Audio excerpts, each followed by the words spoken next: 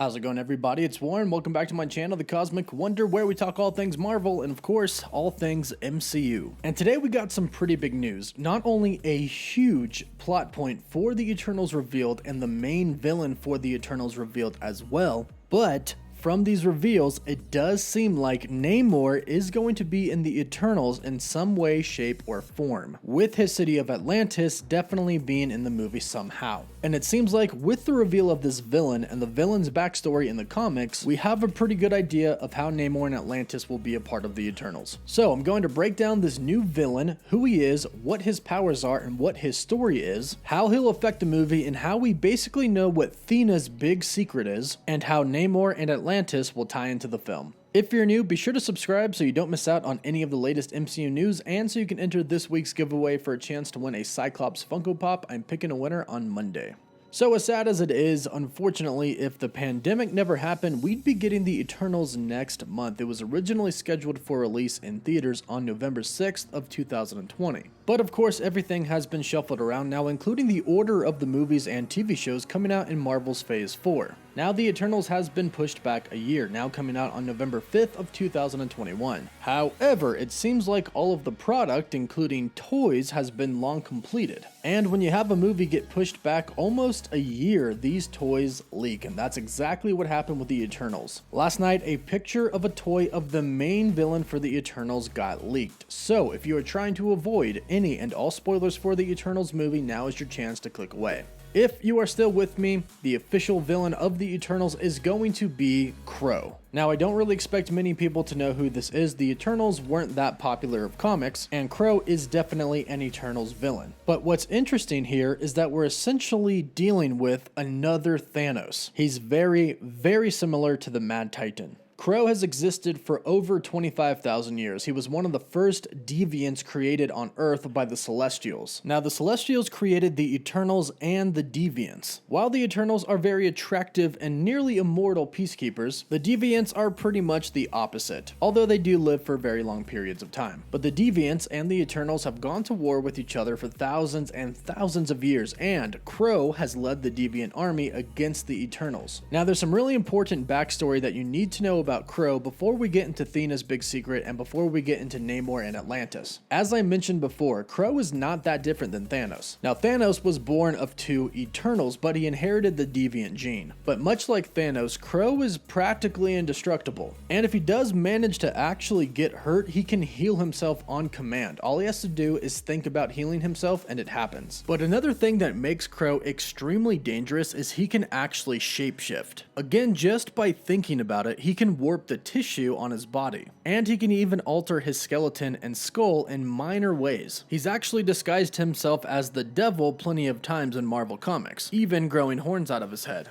Now, this is very useful for him because, as I said, he's immortal. Crow has figured out a way to never die, at least not from old age or disease. Now, the other Deviants don't have this power, and he keeps his power a secret from them. So every 1,000 years or so, he'll shapeshift to look like somebody different and just claims that he's an ancestor from Crow, and that's why he looks like him. Crow has also been the leader and king of the Deviants, so as far as a villain goes for the Eternals, they've picked a pretty good one. But as far as the character goes, it's more than just his strength and abilities that make him a good villain. It's also his connection with Thena. Now, some of you may recall that for about a year now, there's been a big rumor going around that Thena, Angelina Jolie's character in the Eternals, is going to have a huge secret in the movie. And it looks like we just figured it out, because in the comics, her and Crow are actually in a relationship together. Now, of course, this is forbidden, an Eternal and a Deviant being together. So they keep it a secret, but this goes on for thousands and thousands of years off and on. And, not to mention, and this is the really big part that could have a huge impact on the MCU, they have kids together. They actually have twins, Donald and Deborah. Now, the twins only pop up in the comics a few times. They're not really that important, especially because Thena, when she finds out that she's pregnant, transfers the kids into a human, and that woman then has the kids. However, people end up finding out about their children, and the two of them go on the run. Ultimately, the Eternals would leave Thena alone and allow her to go on the run with Crow, but the Deviants still chase after Crow. Now, I've done at least a couple of videos theorizing about Thena's big secret, and one of those theories that I have is that her son could actually be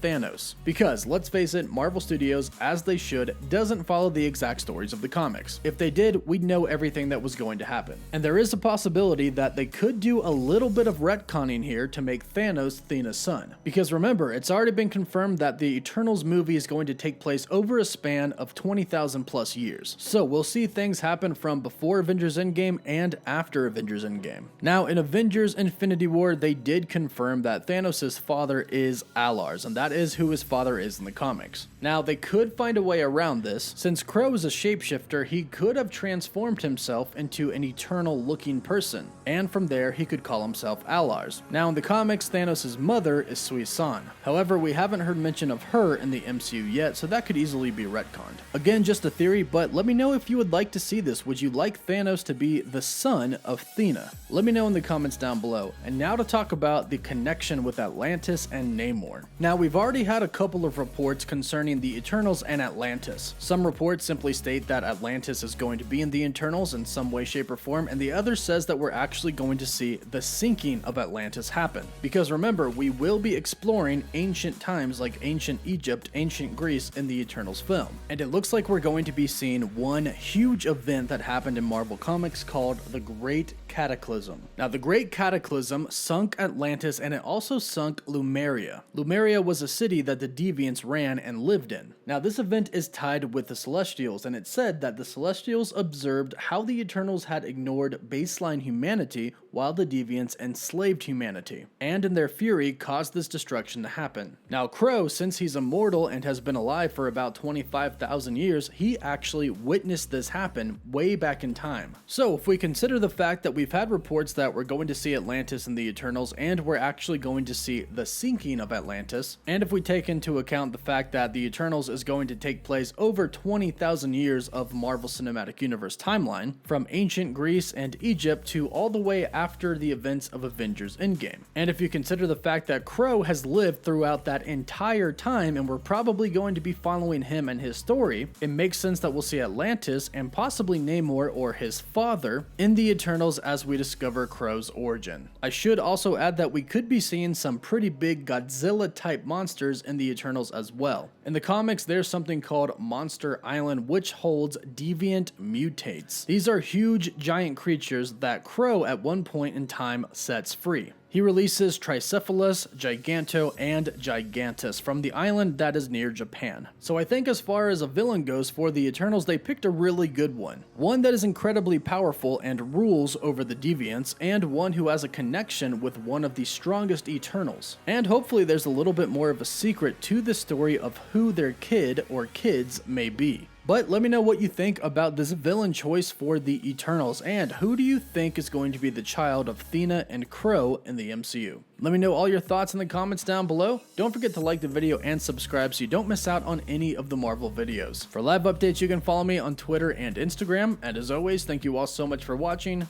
Woof woof.